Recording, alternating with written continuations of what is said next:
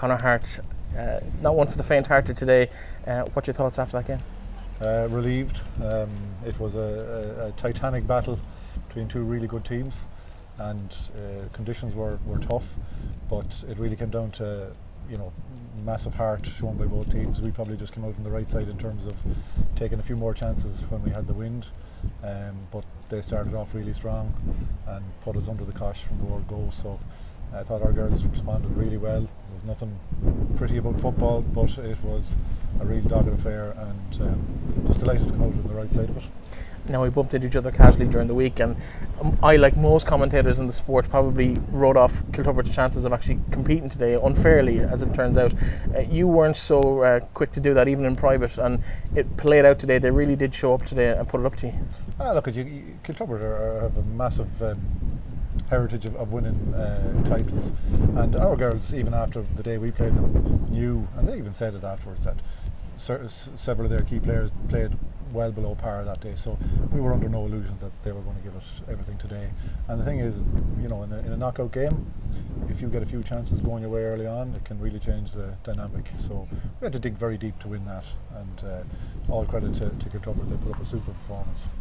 In terms of the overall health of ladies football in the county, it's really good to see such competitive semi-finals with 4 teams really at that level now. We talked about 3 earlier in the championship. You can definitely say after today's performance there's 4 teams at that level in the championship. How good is that for the overall health of the sport in the county? Sure, it has to be great, because look, all clubs are bringing through younger players as well, and there's a good range on all 4 teams there. And even I wouldn't rule out the other 2 teams as well, because when we played St Francis in Drumshanbo, even though the scoreline showed we won it well, it was actually a really tough game as well. So and St Bridget's will be coming back into the fold again in terms of getting for next year. But no, look, it's great. We set out to hopefully be competitive this year. We're in a final now. It probably wasn't our ambition maybe at the start of the year, but we're delighted, and we're week to prepare. Yeah, 1 week to prepare for biggest game in the club's history. That's a bit of a challenge. Are you up for it? Yeah, look, we played a game pretty much every single week, so it's not like that. Probably game was tougher than we might have wanted, but in saying that, look, at a week it should be plenty. Look, we're delighted to be in the final. It's our first final, as you say, so we're really looking forward to it now at this stage.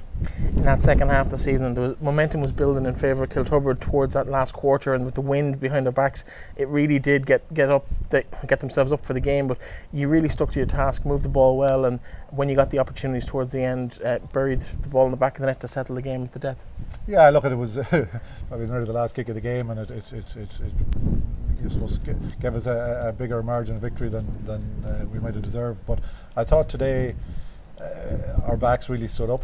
There was some really competitive exchanges in our defence there, and I thought particularly around the full back line there really played well, running out with the ball and that. And normally it's our forwards getting more of the credit in previous games, but I thought today our defence were outstanding. Well, listen, before the rain comes to join the wind, I'm going to let you go. Well done today, and best of luck next weekend. Thank you very much.